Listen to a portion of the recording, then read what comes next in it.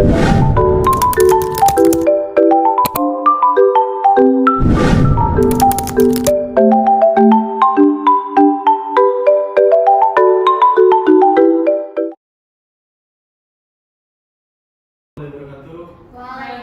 warahmatullahi wabarakatuh. Kami dari kelompok 5 ingin menyelesaikan tugas Penkes WHR yang berjudul pencegahan infeksi TOS pada ibu hamil.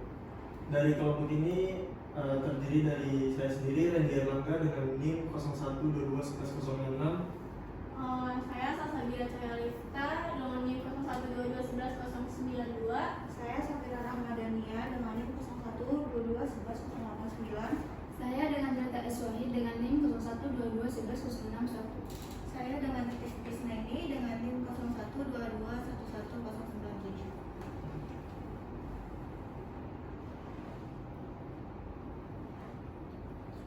Yang pertama yaitu apa itu infeksi TOS?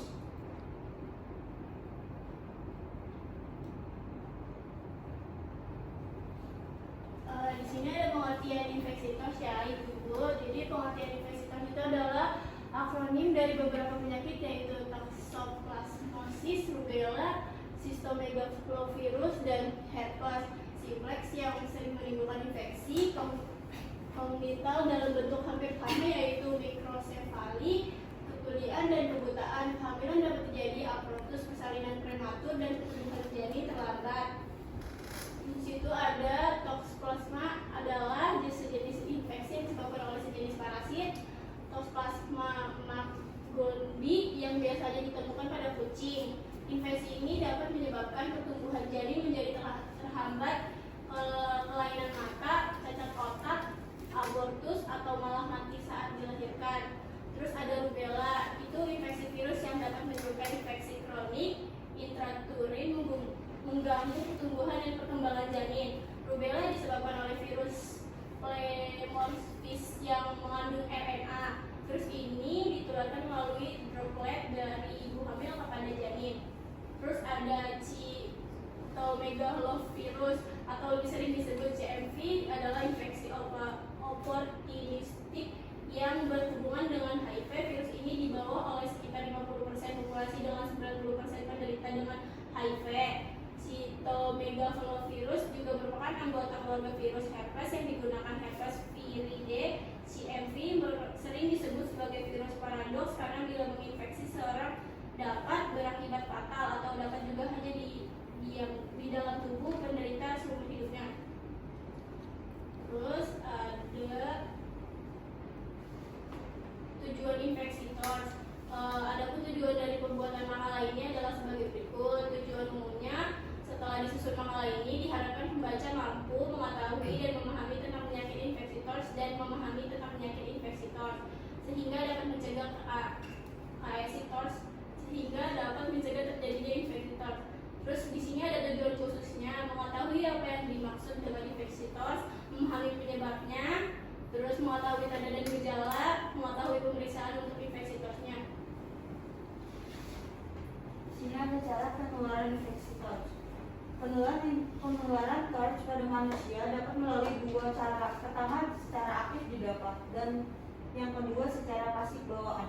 Penularan secara aktif disebabkan antara lain sebagai berikut: memakan daging setengah matang yang berasal dari hewan yang terinfeksi mengandung sista, misalnya daging sapi, kambing, domba, kerbau, babi, ayam, kelinci, dan lainnya. Kemungkinan terbesar penularan TOS melalui jalur ini yaitu melalui daging yang tidak dimasak sempurna. Memakan makanan yang tercemar sista dari feses kotoran kucing yang menderita TOS. Feses kucing yang mengandung kista akan mencemari tanah lingkungan dan dapat menjadi sumber penularan baik pada manusia maupun hewan. Tingginya resiko infeksi TOS melalui tanah yang tercemar disebabkan karena kista bisa bertahan di tanah sampai beberapa bulan. Transfusi darah, trofozoid, transplantasi organ atau cangkok jaringan, trozoid, sista, kecelakaan di laboratorium yang menyebabkan TOS masuk ke dalam tubuh atau tanpa sengaja luka. Hubungan seksual antara pria dan wanita juga bisa menyebabkan penularannya TORCH.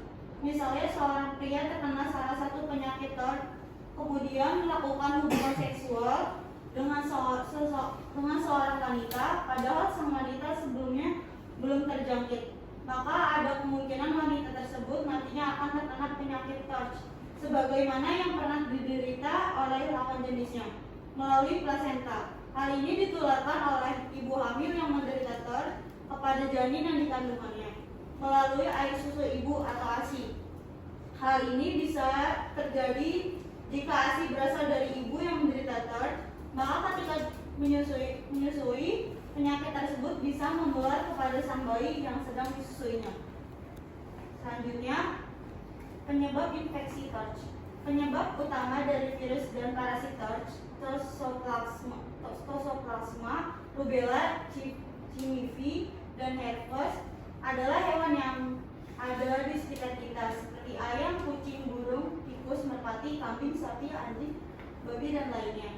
Meskipun tidak langsung penyakit yang berasal dari virus adalah hewan, akan tetapi juga bisa lewat perantara tidak langsung, seperti halnya makan sayur, daging setengah matang, dan lainnya. 1. Infeksi Toxoplasma. Toxoplasma disebabkan oleh parasit yang disebut dengan Toxoplasma gondii. Nomor 2. Rubella.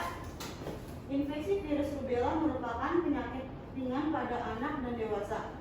Tetapi apabila terjadi pada ibu yang sedang mengandung, virus ini dapat menembus dinding plasenta dan langsung menyerang janin. Nomor 3. Cytomegalovirus. CMV atau cytomegalovirus atau lebih sering disebut CMV adalah infeksi opportunistik yang berhubungan dengan HIV.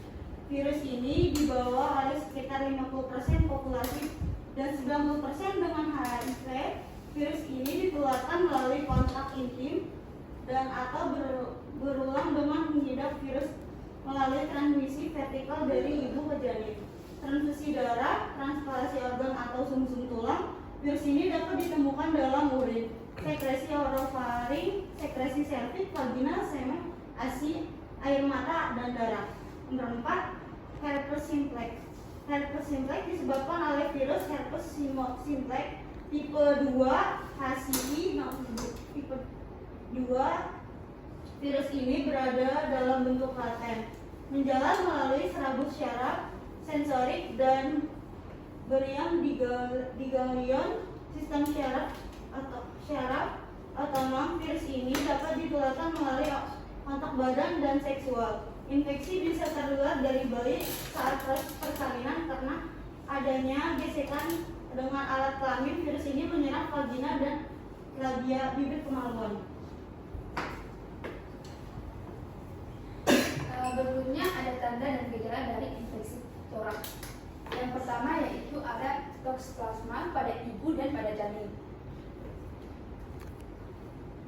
Pada ibu terlihat lemas dan kelelahan, sakit kepala, keras, migra perasaan umum atau tidak nyaman atau gelisah.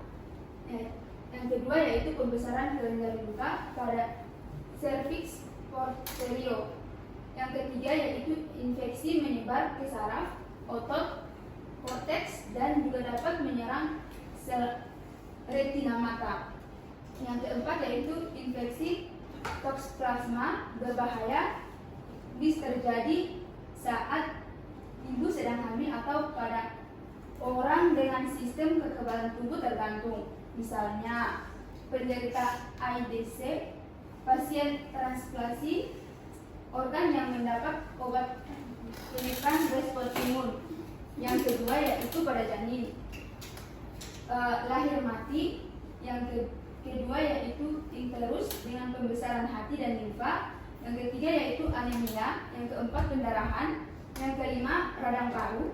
Yang keenam penglihatan dan pendengaran kurang. Dan yang ketujuh juga gejala yang dapat muncul kemudian seperti kelainan mata dan telinga, terradiasi mental, kejang-kejang, sensitivitas. Selain itu juga dapat merusak otot janin. Risiko tersebut dari terjangkitnya infeksi ini dapat janin adalah saat infeksi maternal akut terjadi di trimester ketiga. Yang kedua yaitu rubella. Rubella menyebabkan sakit yang ringan dan tidak spesifik pada orang dewasa, ditandai dengan cacar seperti ruam, demam, dan infeksi saluran pernapasan atas. Sebagian besar negara saat ini memiliki program vaksin rubella untuk bayi dan wanita usia subur, dan hal ini merupakan bagian dari screening prokonsepsi. Ibu hamil secara rutin diperiksa untuk antibodi rubella, dan jika tidak memiliki kekebalan akan segera diberikan vaksin rubella. Pada periode postnatal, fakta-fakta terkini menganjurkan bahwa kehamilan yang disertai dengan pemberian vaksin rubella tidak disebabkan yang dipikirkan. Seberbahaya yang dipikirkan. Yang ketiga yaitu cytomegalovirus. Gejala CMV yang muncul pada wanita hamil minimal dan biasanya mereka tidak akan sadar bahwa mereka akan terinfeksi. Namun jika ini merupakan infeksi primer, maka janin biasanya juga berisiko terinfeksi. Infeksi tersebut baru dapat dikenal setelah bayi lahir. Di antara bayi tersebut baru dapat dikenal setelah bayi lahir. Yang keempat yaitu herpes. Tidak seperti virus rubella, cytomegalovirus dapat menginfeksi hasil konsepsi setiap saat dalam kehamilan. Bila infeksi terjadi pada masa organogenesis atau trimester 1 atau selama periode pertumbuhan dan perkembangan aktif trimester 2, dapat terjadi kelainan yang serius. Kognitif cytomegalovirus dapat menyebabkan prematur, mikrosefali, IUGR, klasifikasi intrakranial pada ventrikal, lateral, dan tractus olfaktoris. Sebagian besar terdapat chorioretinitis, juga terdapat retardasi mental. Hepatosplenomegaly,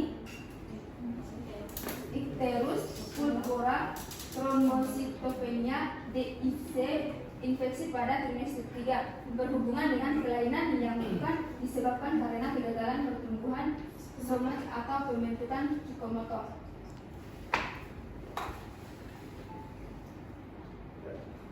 Di sini ada cara pencegahannya ibu-ibu. Di sini satu ada makanan-makanan bergizi, terus ada dua pemeriksaan sebelum kehamilan, terus yang ketiga melakukan vaksinasi, yang keempat pemeriksaan kandungan. Di situ saat kehamilan,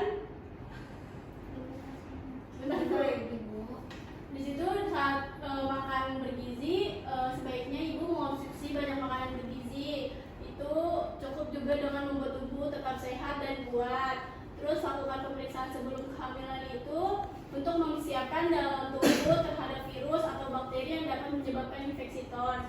Terus melakukan vaksinasi itu untuk mencegahnya masuknya parasit. Terus pemeriksaan kandungan pada ibu kehamilan itu juga agar memeriksa kandungan secara rutin teratur. Maksudnya adalah agar dapat dilakukan tindakan secepatnya apabila di dalam tubuh ibu terinfeksi TORS.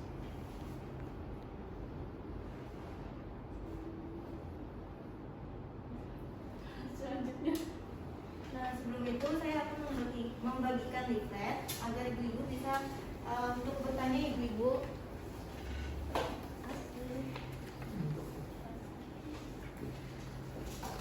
Selanjutnya adalah ada cara pengobatan infeksi TORS. Yang pertama ada vaksin plasma, itu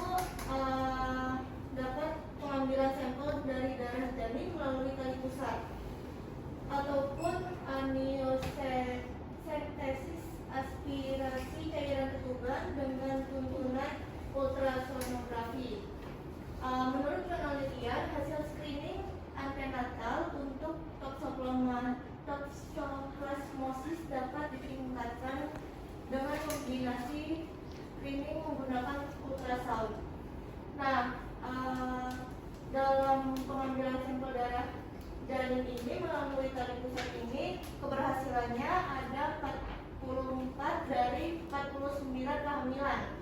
Komplikasinya berupa pendarahan tersier, bradikardia janin sampai 7-9%, dan persalinan prematur itu sampai 2-5%, dan kematian janin itu ada di 1,7 sampai 1,9%. Nah, yang kedua yaitu dengan cara tes PCR untuk mendeteksi adanya DNA Toxoplasma gondii pada darah janin ataupun cairan ketuban. Nah, yang kedua yaitu ada rubella. Pada rubella ini bisa dapat pemeriksaan serologik, yaitu adanya peningkatan titer antibodi 4 kali pada hemalucinotion inhibition atau tes HAIR. Ditemukan antibodi IgM yang spesifik untuk rubella. Titer antibodi ini meningkat dalam waktu 24 sampai 48 jam setelah permulaan erupsi dan mencapai puncaknya pada hari ke-6 sampai 12. Selanjutnya yaitu ada CMV, yaitu pemeriksaan laboratorium. Ini sangat bermanfaat untuk ibu hamil agar dapat mengetahui infeksi akut atau infeksi berulang, di mana infeksi akut mempunyai resiko yang sangat lebih tinggi. Pemeriksaan laboratorium dapat dilakukan meliputi anti-CMV, IgG, dan IgM serta aviditas anti-CMV IgG. Yang terakhir adalah ada herpes simplex virus atau HSV. Pemeriksaan ini dapat disebut dengan pemeriksaan sitologi untuk perubahan sel dari infeksi herpes virus tidak sensitif dan tidak spesifik, baik untuk digunakan pemeriksaan TAGS atau lesi genital dan hapusan serviks Papa Nicolau, dan tidak dapat diandalkan untuk didiagnosis oklusif infeksi herpes simplex. Dan pemeriksaan ini cukup akurat, cepat, dalam persenan 50-70% dari waktu. Yang kedua ada tes kultur virus. Dapat dilakukan mengambil sampel cairan dari luka sedini mungkin. Seidealnya dalam 3 hari pertama manifestasi. Virus akan berproduksi dalam sampel cairan yang berlangsung selama 1-10 hari. Yang ketiga yaitu tes PCR, jauh lebih akurat daripada kultur virus yang tadi ibu-ibu.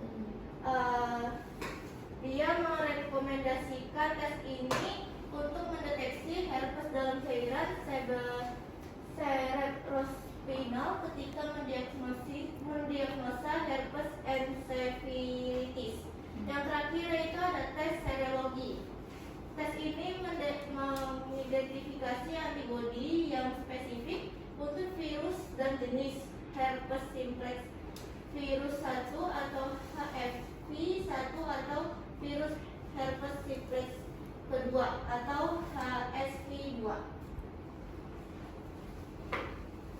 Nah, ibu-ibu, dari presentasi yang sudah kita lihat tadi, apakah dari ibu-ibu sekalian ada yang ingin bertanya terkait PPT yang sudah kita sampaikan? Ini mau nanya, gimana cara pencegahan agar tidak terkena infeksi TORCH? Saya simpan dulu pertanyaannya. Ada lagi yang bertanya? Silakan. Apa saja gejala umum infeksi TORCH pada ibu hamil? Baik, ada lagi yang ingin bertanya? Apa penyebab dari infeksi TORCH? Baik, tunggu sebentar ya ibu. akan dicari jawabannya dulu atau ingin langsung dijawab nih dari kakak-kakaknya?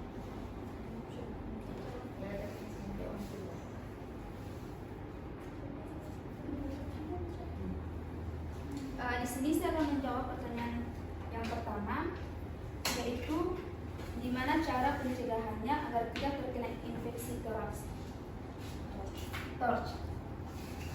Jawabannya, yang pertama yaitu konsumsi makanan yang bergizi, yang kedua yaitu lakukan pemeriksaan sebelum kehamilan, yang ketiga melakukan vaksinasi yang bertujuan untuk mencegah masuknya parasit penyebab infeksi toraks. Yang keempat yaitu pemeriksaan kandungan. Pertanyaan nomor 2, di sini saya akan menjawab pertanyaannya. Gejala infeksi toraks bervariasi tergantung pada jenis infeksi. Namun beberapa gejala umum meliputi demam, kelelahan, ruam kulit, pembesaran kelenjar getah bening, dan gejala mirip flu. Untuk pertanyaan nomor 3, apa penyebab dari infeksi toraks? Jawabannya yaitu penyebab utama dari virus dan parasit toraks, toxoplasma, rubella, CMV, dan herpes adalah hewan yang ada di sekitar kita seperti ayam, kucing, burung, tikus, merpati, kambing, sapi, anjing, dan babi, dan jenis hewan lainnya. Baik, apakah pertanyaan yang sudah Ibu sampaikan kepada kami, jawabannya apakah sudah terindikasi? Sudah. Jelas, sangat jelas. Baik Ibu, sekian dari kami. Mohon maaf kurang lebihnya jika ada salah kata. Wassalamualaikum warahmatullahi wabarakatuh.